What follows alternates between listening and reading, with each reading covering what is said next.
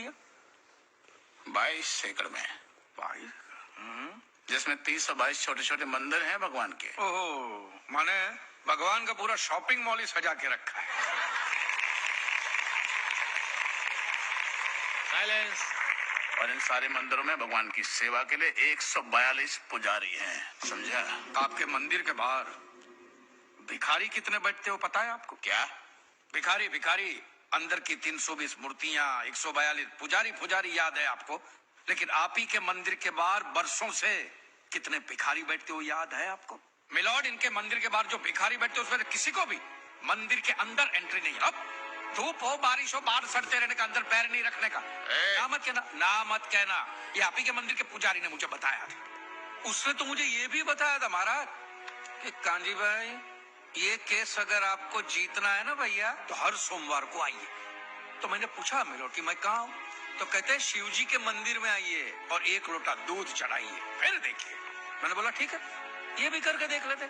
तो मिलॉर्ड में पहुंच गया मंडे को दूध का लोटा लेकर। ये लंबी लाइन लगी, सबके सब हाथ में लोटा पकड़ के खड़े हुए थे ऐसे। मैंने सोचा अंदर जरूर कोई दूध पीने वाला होगा, वरना ये सब गधे थोड़ी है जो ऐसे लोटा पकड़ के लाइन में खड़े।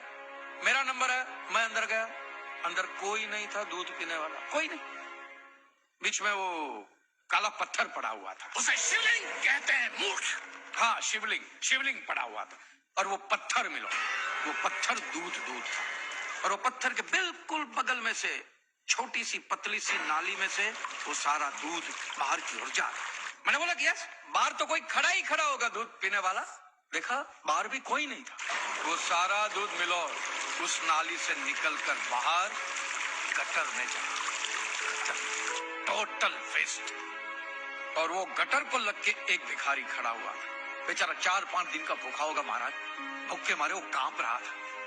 उसको शायद ये दूध ही पीना था, लेकिन गटर में से कैसे? तो उस भिखारी को मैंने मेरा दूध का लोटा दे दिया। और दूध पीकर उसने मुझसे क्या कहा पता है? भगवान तेरा भला करे।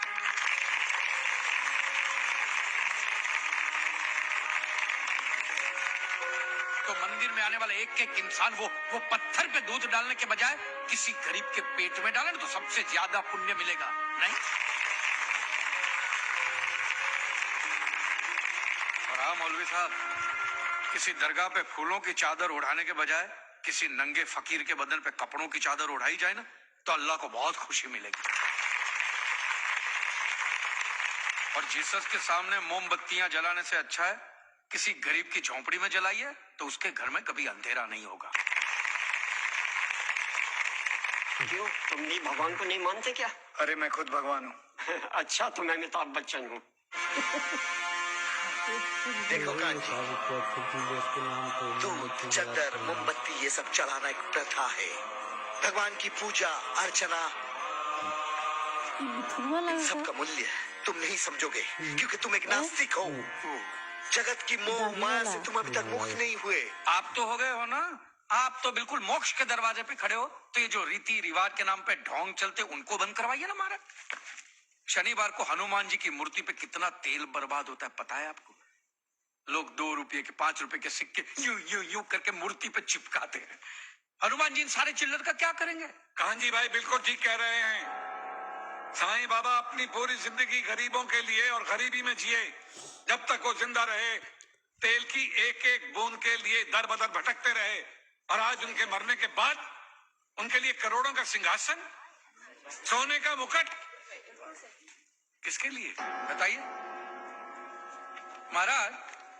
एक बात बताइए, जो भी भक्त भगवान की श्रद्धा से सच्चे दिल से भक्ति करता है, उस पर तो उस परम कृपालु की कृपा दृष्टि रहती है ना? रहती है ना? आया ना? तो चलिए महाराज, मुझे ये बताइए कि अमरनाथ और वैष्णो देवी की यात्रा पे जाती हुई बस नीचे खाई में क्यों गिर जाती? वो तो भगवान की भक्ति के लिए जा रहे थे, श्रद्धा से भजन गाते गाते जा रहे थे, तो भगवान ने डायरेक्टली उनको ऊपर बुला लिया। और आप मुझे एक गाड़ी ऐसी बताइए जिसका एक्सीडेंट हुआ हो और जिसके अंदर भगवान की मूर्ति या फोटोग्राफ ना हो। बताइए। I object my Lord. From day one ये आदमी बातों को यूं गोल गोल घुमा रहा है। मिस्टर गांधी, ये कोई डिबेट नहीं है अच्छे बुरे की, ये कोर्ट है और यहाँ प्रूफ चलता है, और हमारे पास प्रूफ है, इंश्योरेंस पेपर्स पर आपके सिग्नेचर्स। इसलिए लीगली आपको कोई हक नहीं बनता इंश्योरेंस कंपनी से पैसे और मांगने का। जहां तक हमारा प्रश्न है, बीमा कंपनी के नियमों को हम नहीं मानते। अगर उन्होंने लिख दिया कि भूकंप जज साहब ने करवाया है, तो क्या जज साहब पैसे देंगे? इसी तरह पॉलिसी में भगवान का नाम लिख देने से भगवान पैसे देने के लिए प्रतिबद्ध नहीं होते। अगर आप चाहते कि भगवान आपके पैसे लौटा दे, तो ये प्रूफ करो कि ये भूकंप भगवान ने किया है, किया ही है ना। In writing. है कहीं लिखा हुआ तुम्हारे पास है? Any proof? मिलॉर्ड, ये mister kanji, court of law में सिर्फ दलीलों पर फैसले नहीं होते। आपकी दलीलें, आपके आर्गुमेंट्स आम जनता के लिए कितने भी वैलिड क्यों ना हो, लेकिन अगर आप उन्हें साबित नहीं कर सकते हैं तो उनका कोई मतलब नहीं। आपके पास कोई सबूत है? You may please proceed. Your honour, इससे पहले कि मिस्टर कांजी अपने तीखे और कटाक्ष भरे व्यूज बिना किसी रेफरेंस प्रदर्शित करें, मैं उनसे पूछना चाहता हूं कि उनके पास कोई प्रूफ है जिससे वो साबित कर सके कि उनकी दुकान भगवान ने गिराई है। मिलॉर्ड, अब जो सवाल मैं पूछने जा रहा हूं उसके लिए मुझे एक ज्ञानी पंडित की जरूरत है। तो आप में से जो भी कोई ज्ञानी पंडित है वो यहाँ पे आए। सिर्फ ज्ञानी है, ज्ञानी। हाँ, आप बैठ जाइए।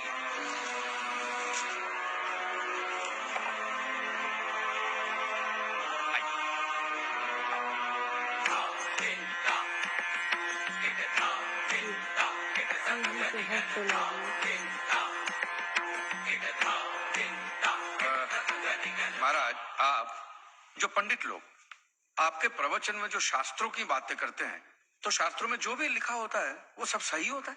100%। ऐसा कहाँ लिखा है? ये तो आप कह रहे हैं। गीता में लिखा है। अच्छा, क्या लिखा है गीता में?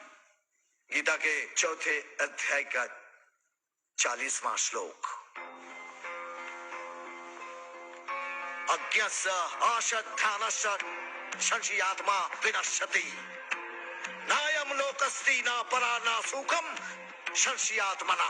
मतलब क्या? इसका अर्थ है, जो अज्ञानी श्रद्धा विहीन मनुष्य शास्त्र पर संदेह या शक करता है, उसका विनाश निश्चित है। उसे भूलोक या परलोक कहीं भी शांति नहीं मिलती। समझा? ये बहुत इंटरेस्टिंग आइटम है। महाराज, आपको ये गीता में या शास्त्रों में कुछ भी समझ में आता है? कि जो भी लीलाधर महाराज बोल रहे उसमें बस ऐसे समझा समझा करके हाथ हिला रहे हैं।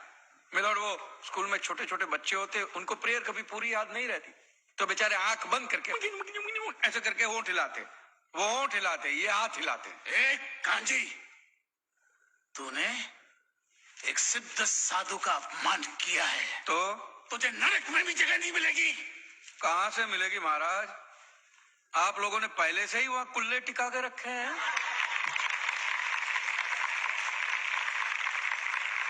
तेरा ये दुस्साहस नास्ते।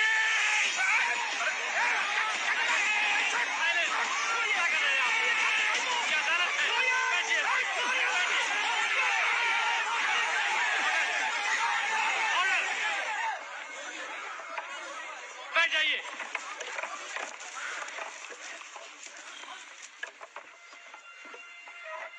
दुखेष्वनुद्विग्न मनः सुखेषु विगत स्पृह वितराग भय क्रोधः स्थित धीर मुनि रुच्यते। अध्याय 2 श्लोक 56वां।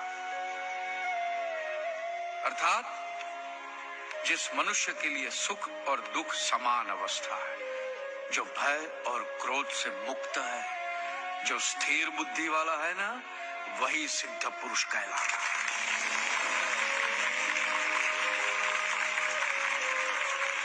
ये मुझे गीता सिखाएंगे? अरे ये क्या गीता सिखाएंगे मिलॉर्ड? इन लोगों की तो आईक्यू भी रूम टेम्परेचर से लो है।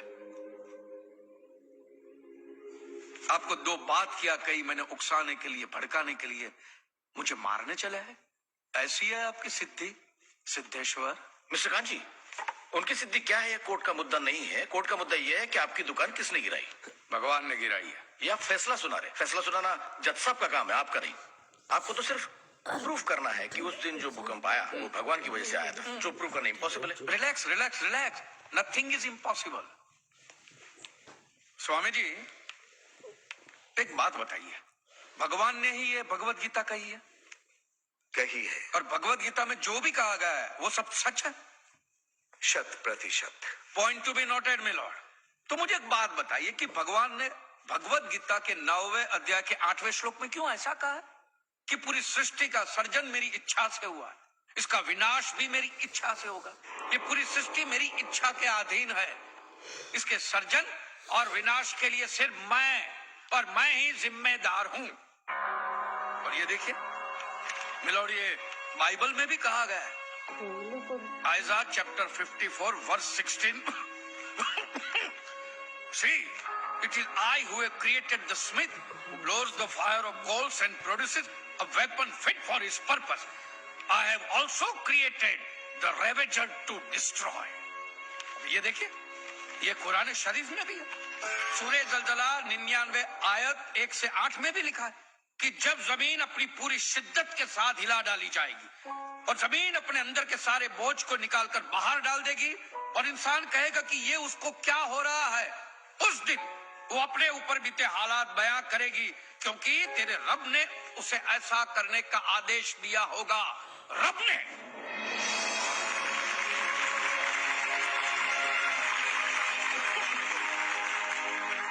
इन सारी बातों का मतलब एक ही होता है मिलोन, कि ये भगवान द्वारा किए हुए हुक्म से ही मेरी दुकान गिरी है। मतलब it is an act of God. ये सब ऊपर वाले की करनी है और मेरे साथ साथ जिन लोगों का नुकसान ऊपर वाले की वजह से हुआ है उन सब के पैसे भी ऊपर वाला ही देगा। नहीं तो उनके collection agent. Your honour, mister Kanji Leeladhar Swami को बातों में फंसा रहे। सरदेसाई जी, क्या कर रहे हैं आप? अरे बोलने दो, बोलने दो। अगर ये प्रूव हो जाता है कि भगवान है तो हम लोग पैसा देने से बच जाएंगे। अच्छा, पूरा दोष अब आप हम पर थोपना चाहते हैं? अपनी स्कीम से बचने के लिए आप भगवान का नाम नहीं ले सकते, क्योंकि भगवान पर सिर्फ हमारा कॉपीराइट है। कॉपीराइट? अरे दो मंदिर क्या बनवा दिए? भगवान आपकी बात का मालूम है? खबरदार, हमारा संप्रदाय तुमको छोड़ेगा नहीं। क्या कर रहे हो? साइलेंस। रिलैक्स। आज तक तो मिलोड सिर्फ इतना ही सुनने में आया था कि भगवान की आरती होती है, आराधना होती है, यज्ञ वगैरह होता है। आज तो ये भी सुनने को मिल रहा है कि भगवान के कॉपीराइट भी होते हैं। भगवान के कॉपीराइट ऊपर वाले की ब्रांड बना दी है इन्होंने। आज मुझे विश्वास हो गया है कि भगवान नहीं है, बिल्कुल नहीं है, हो ही नहीं सकता, क्योंकि अगर वो होते तो उसने आप जैसे पाखंडियों को तो कब का उठा लिया होता। मुझे जो करना था वो मैंने साबित कर दिया है मिलोड। अब इसका पूरा फैसला